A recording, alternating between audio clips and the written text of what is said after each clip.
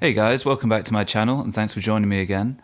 This week we're going to take a bit of a deep dive into the jazz standard All the Things You Are. We're going to learn a nice little chord melody for it, but we're also going to use this as a bit of an excuse to brush up on our key theory knowledge. Now on first glance this song seems kind of complicated. Lots of chords, lots of different keys, and it can seem quite intimidating, especially if you're new to the world of jazz. But if we can spot some of the little patterns that are actually happening underneath all of that, then this song suddenly seems quite simple. And this, of course, is where the theory comes in. And we're not talking particularly deep theory, we just need some fundamental knowledge of keys and how they're constructed. The lesson materials for this one are going to be extremely thorough. Going to be multiple pages containing everything you need to know about all the keys used in this song and how to construct them, as well as the chord melody itself, of course. This song focuses mainly on 4 key centers. The first of those is A flat, so let's dive into that one. Now to really begin at the start of this process of building a key, the first thing we have to do is just organize our A flat major scale and understand what's contained within it. Now it's really important that we do this from first principles, so when constructing a key, that means we have to start with the major scale of that key. So in the key of A flat, we're going to grab an A flat root note here on the 4th fret of the low E string. Now we can find the rest of our major scale just by remembering this very simple collection of intervals. We've got our A flat for our starting point, so that's our root. Then we have to go up a whole tone to get our second note of the scale, so this is B flat. And I'd recommend writing this down on paper as you go, by the way. Might seem old school, but there's nothing better than pen and paper for this stuff. Okay, so we had our A flat, then we went up a whole tone, this took us to B flat. Then the third note of the scale is a whole tone higher than that one, that note would be C.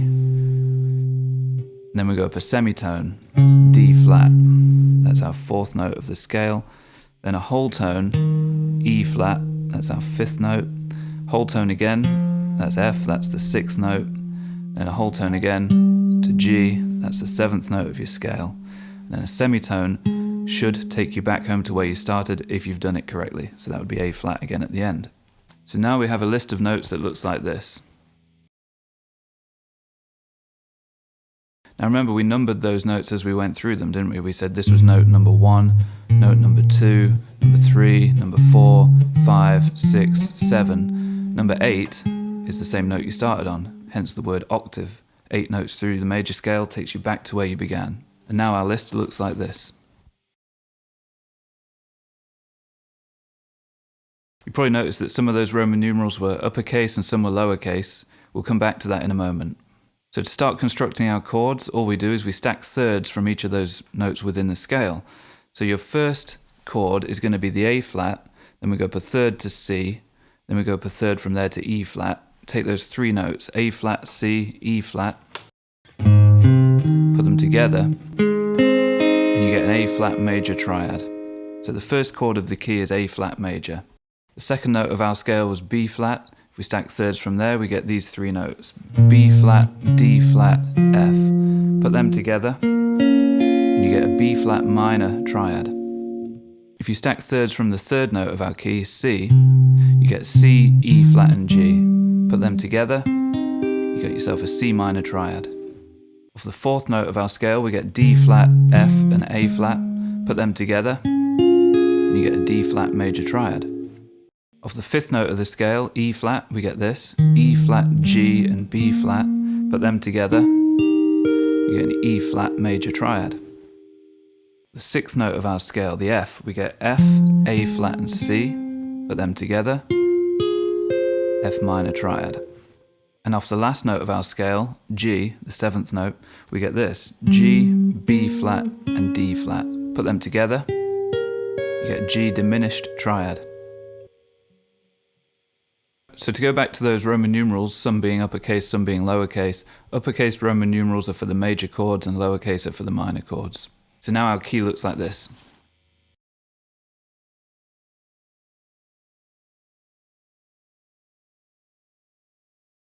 Now to start making these chords sound a little more jazzy, we can stack another third on top of what we already had there with our triads, and this will mean adding some kind of a 7th note to each chord. For our A flat, that means now we have A flat, C, E flat, and G. Put them together, A flat major 7th. For the B flat minor, that means now we're adding an A flat on top, B flat, D flat, F, and A flat. Put them together, B flat minor 7. We're going to be adding a B flat on top of that C minor triad next. So C, E flat, G and B flat. That gives us a C minor 7. On top of our D flat major triad of D flat, F and A flat, we'll be adding a C. Put those together, D flat major 7. Onto our 5th chord of the key, the E flat major triad, we're adding a D flat on top. E flat, G, B flat and D flat. Put them together and you get E flat dominant 7, which we would just call E flat 7 for short. Distinguish that from the major 7. Make sure you're seeing a clear difference. The dominant 7 versus the major 7th. Playing a major 7th here would take us out of key because we'd be playing a D note and there was no D note to be found in the A flat major scale. So to stay within the key, the chord we construct is a dominant 7th. Because remember, all these chords can only be built out of ingredients that are in our A flat major scale. 6th chord of our key, the one that people call the relative minor. Significant that, but we probably won't go into too much detail on it in this lesson. We had F, A flat and C. Now we're adding an E flat to that. We get F minor 7. This last chord is interesting. So it was a G diminished triad originally, G, B flat and D flat. But if we add the note a third above the D flat, we'll be adding F to the chord. That gives us a G minor 7 flat 5. I'm going to move that down the octave so it's a little less fiddly. G minor 7 flat 5. So the word diminished has left the chord name. Some people might refer to this as a half diminished chord, but I don't really like to call it that. I think the descriptive name of G minor 7 with a flat 5 is a lot more telling. Now the reason the diminished part of the name has been dropped is that by adding that 4th note we're losing the symmetry of the way the chord is constructed. A diminished chord is constructed out of even intervals.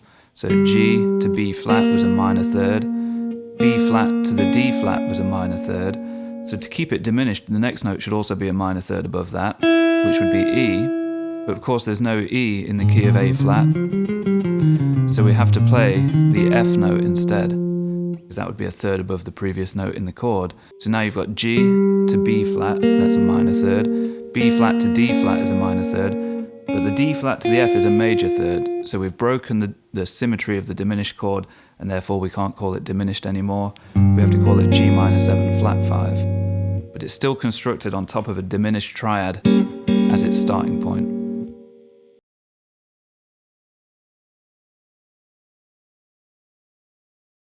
Now let's just rattle through all of those 7 chords again. Notice how they're all rooted on the E string. A flat major 7, B flat minor 7, C minor 7, D flat major 7, E flat dominant 7, which we just call E flat 7, F minor 7, G minor 7 flat 5, back home to the A flat major 7. Now we want to look at doing that off the A string position. I'm going to cut through a lot of the backstory on this bit and we're just going to go straight to the answers. It's all the same chords of course, but we're going to go for the most common voicings off the A string root position. So here's A flat major 7, B flat minor 7, C minor 7. Again at this point I might go down the octave instead to the 3rd fret. D flat major 7, E flat dominant 7, F minor 7, G minor 7 flat 5, and then back to where we started. So now you've got your A flat major scale harmonized with 7ths added to make them sound suitably jazzy, and you've done them off the low E string and off the A string. Again, all of this is on the sheets that are in the lesson materials. Now of course it's important to practice playing those in that linear fashion, just up and down the scale, but next we should organize these chords into a progression that sounds a little more musical, and to do that we'll use the cycle of fourths, because music likes to move in fourths. And again, I recommend that you write this down on your sheet. Anytime you have to physically manifest some knowledge that you've learned, it's going to stick a lot better than just trying to retain it in your brain, trust me. The act of putting the pen to the paper is kind of like a commitment to making that knowledge permanent. So let's organise our key of A flat into a diatonic cycle of fourths. Diatonic is just a posh way of saying we're staying within the key. We're not going to use anything from outside of that group of 7 chords. Chord number 1, A flat major 7. Now we're going up a 4th to D flat major 7. Now we're going up a 4th to the G minor 7 flat 5. Now we're going to go up a 4th to the C minor 7. Then we go up a 4th to the F minor 7. Then we go up a 4th to the B flat minor 7. Then we go up a 4th to the E flat 7. Then we go up a 4th to resolve back where we started, A flat major 7.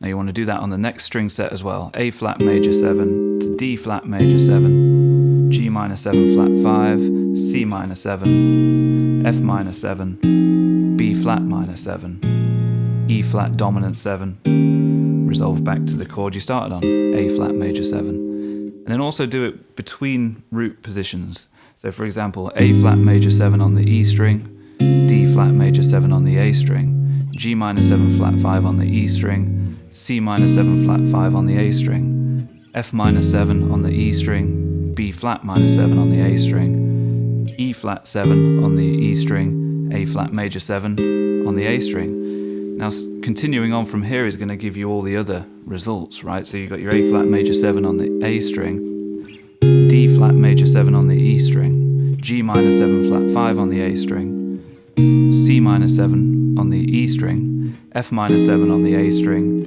B flat minor 7 on the E string, E flat dominant 7 on the A string, and then back home A flat major 7 on the low E string. Sounds really pretty, doesn't it? You can hear some potential in there for that to become more of a song rather than just going up and down the scale. Now that progression looks like this.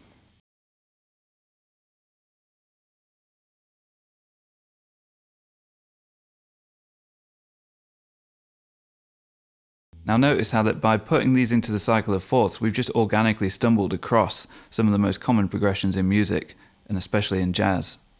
The 2-5-1 at the end, for example, or the 6-2-5-1, or the 3-6-2-5, or the 5-1-4.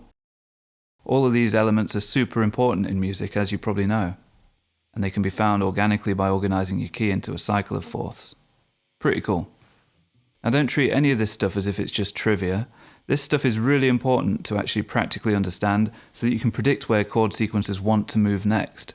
You know, if you understand that the cycle of fourths is this integral to Western music, then you can really start to understand songs on a deeper level. And this is how you can end up improvising pretty effectively over songs you've never even heard before, because you start to predict where it's going to go next. Even so-called complicated jazz songs. So I can't stress that enough. Please do the heavy lifting here and go and work on this stuff. Please. Now that's one of our 4 main key centers dealt with. I know that took a while, but the job here for you guys is to do some homework and find the remaining keys by following that same process from the beginning to the end. So also do the key of C, the key of E flat, and the key of G.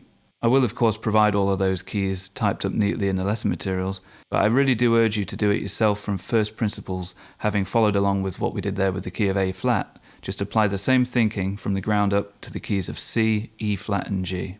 As a cool little side note, what does that spell out if we play our 4 key center roots in order? You've got A flat, C, E flat, and G. It's an A flat major 7 arpeggio.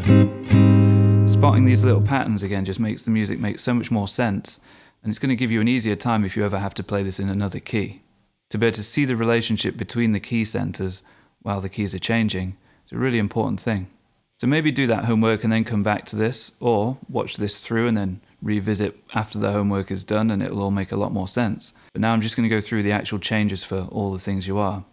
So we start in the key of A flat and we play 6, 2, 5, 1, 4.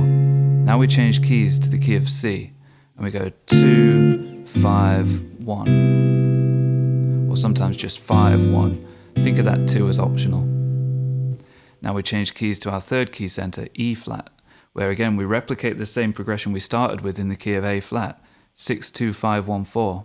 C minor 7, that's the 6. F minor 7 is the 2. B flat 7 is the 5. E flat major 7 is the 1. A flat major 7 is the 4. Now we move to our key of G and we do a 2, 5, 1. A minor 7, D 7. G major 7. Sometimes that 2 would be a 2 but with a flattened 5th in it to follow the melody a little more closely. But it's still essentially a 2-5-1 in G. Now think about how those changes look on the page versus how they look if you have a bit of understanding. You can really start to see the patterns emerging, can't you? You know, we started in a key, the key of A flat in this case. We did 6, 2, 5, 1, 4. Then we changed keys, we went up a major third to the key of C where we did 2, 5, 1. Then that whole pattern kind of resets when we go up a minor third to the next key of E flat, where again we go 6, 2, 5, 1, 4, and then we go up a major third to the key of G and do 2, 5, 1. Now for the B section, we stay in the key of G, 2, 5, 1. Now we take a quick little detour to another key that we didn't mention, because it's only just here fleetingly.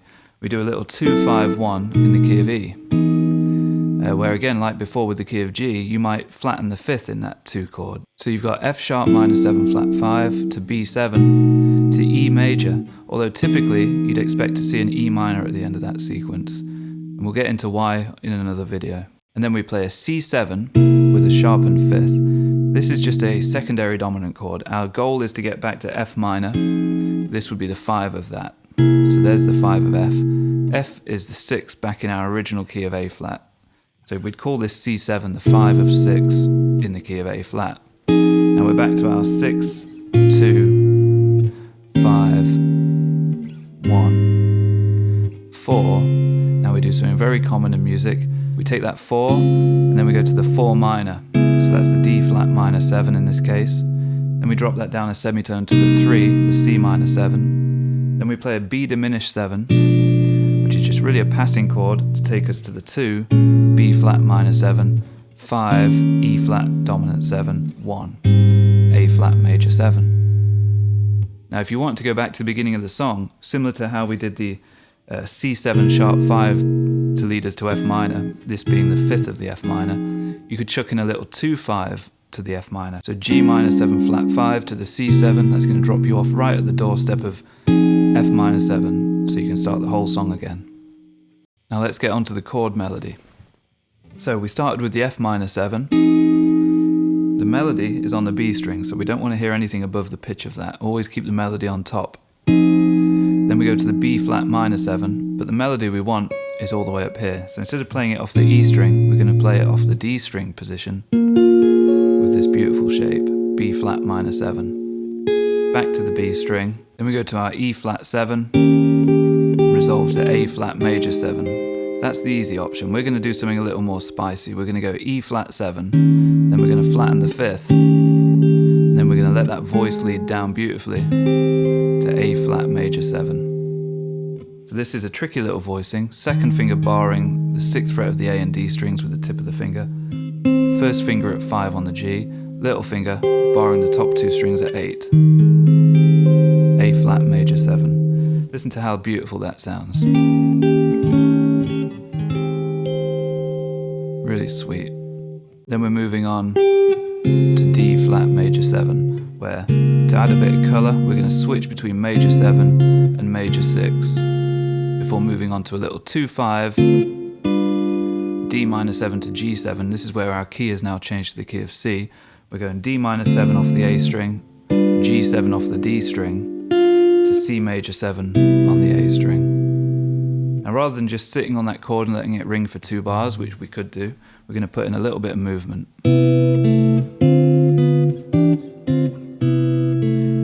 Which, if you've harmonized your key of C, like I asked you to, or if you're just reading along with the lesson materials, you'll see that this is C major 7, D minor 7, E minor 7, so chords 1, 2 and 3 of the key of C.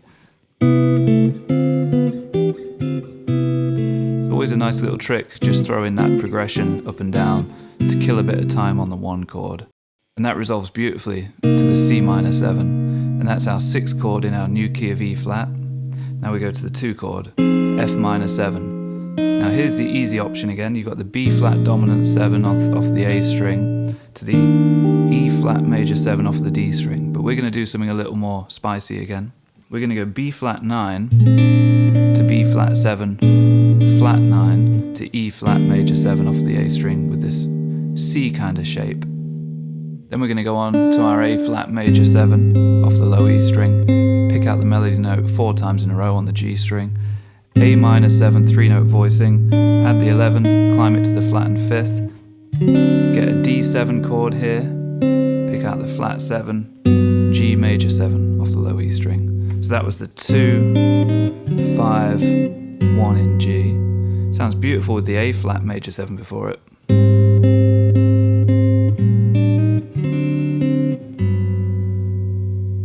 Now that that takes us to the C section of the song, where we're still in the key of G and we're looking for a 2-5-1. The melody line is this. Now these first two notes of the melody we're going to harmonize with these shapes. G6-9, rootless. You can visualize your root there. E minor 11, grab the melody on top and then change to an A minor 11. So here's your 2 chord, and then A minor 7. Then the D7, we play with a flat 9 in the melody first, and then we invert the D7 flat 9 and resolve to a G major 7. Now if you've seen my video on diminished, hopefully that looks familiar. This being part of this D7 flat 9, just inverted a minor third higher. Remember, that's something you can always do with the diminished. There's your G major 7. So that would be 2,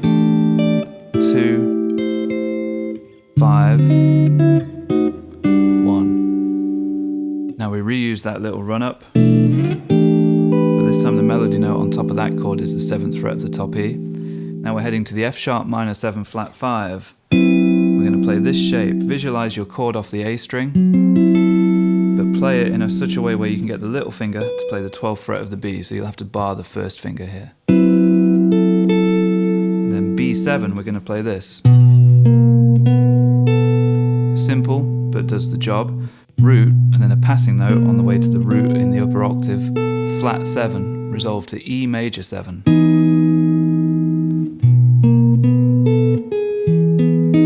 Then C7 sharp 5. Now we're on to the D section, which is very similar to the A section to start out with. F minor 7 off the A string to B flat minor 7 off the D string. And then before, this was the easy option, E flat 7, A flat major 7, but we went with a spicy option. We did the E flat 7 and then the E flat 7 with a flattened 5th to A flat major 7 here. This time we're taking the opposite path. We're going to go E flat 7 to an E flat 7 with a sharpened 5th instead of a flattened 5th. Now look at where that voice leads to. The 3rd of the A flat major 7. So let's take a quick side note here. This is 3 times now that we've gone from a 5 to a 1 by voice leading along a certain note to reach a certain note. And what I mean by that is, first time we did it by flattening the 5th of our dominant chord to lead to the root of the resolving chord. Chromatic line there. This time we're going the other way, sharpening the 5th to give us a chromatic walk up to the 3rd of our resolving chord. The other way we did it was when we did the 5-1 in E flat, and we did this. B flat 9 to B flat 7 with a flat 9 to E flat major 7. Let's move this up to this A flat key just so we're comparing apples to apples. E flat 9, E flat 7 flat 9, A flat major 7. This time we're getting the chromaticism occurring from the 9 to the flat 9, leading to the 5th of the resolving chord. So 3 very tidy ways to resolve from 5 to 1. Going down, going up, moving in the middle. Now we go to our D flat chord, but instead of going to this D flat major 7 here, I'm going to go to a D flat major 6 off the low 4 strings. 9, 11, 8, 10. Beautiful sounding shape. I've done some videos about this shape before. One is called Beautiful Jazz Chords. I'll link to it in the description. Also check out my Misty Classy Chords study. It's got that shape in it a few times. We simply let that ring for 4 beats. 1, 2, 3, 4, and then D flat minor 9. This is for our 4 minor. If we're playing fingerstyle, we can just simply bar the entire 9th fret, pick around the A string, and also include the top E string at the 11th fret. If you're using a plectrum, like I think I did in the opening performance for this, instead you'd probably want to hook your thumb, so you can strum and not worry about getting this A string involved. Whichever way you go for it, make sure the A string doesn't get involved. Now we go to a G flat 9, before going to C minor 7, 3-note voicing. Nice bit of melody on the G string, B diminished 7, follow the melody, B flat minor 7, again follow the melody from within this chord shape, and then E flat 13, rooted on the low E string. Again, just think back to the shape we had earlier, the E flat dominant 7, we've added the 13 and the 9 on top. And then we're going to come down and play this A7. This is a tritone substitution for the E flat dominant. I do have a video on those as well, so check that one out. And then resolve to this really nice A flat major 6th voicing. When you play this voicing, the really important thing is to kill the D string. Because the first finger is having to do this kind of lazy bar where it brings in the root, but it also brings the root in on top for the melody's sake, it's very easy to accidentally bar all 6 strings and make this flat 7 come through, which we do not want. So make sure that you're barring with an arched finger. So you kill the D string, but do include the root on either side of the chord. So here's the 2-5-1 that finished the chord melody. B flat minor 7 to E flat 13, A7, A flat 6. Okay guys, I hope you've enjoyed this one. A bit of a bumper pack, a bit of a journey, but hopefully you'll find that there are some light bulb moments in there, and maybe it's inspired you to look a little deeper into key theory. I hope so. Let me know down in the comments if you have any questions at all, and feel free to drop me a line about private lessons if you want some one-on-one tuition about this stuff. And please do like and subscribe. According to my analytics, most of my viewers are not subscribed, and it really does help the channel if you can just click that button. I'd be eternally grateful. Right, so I'll see you all next week. Same place, same time. Take care.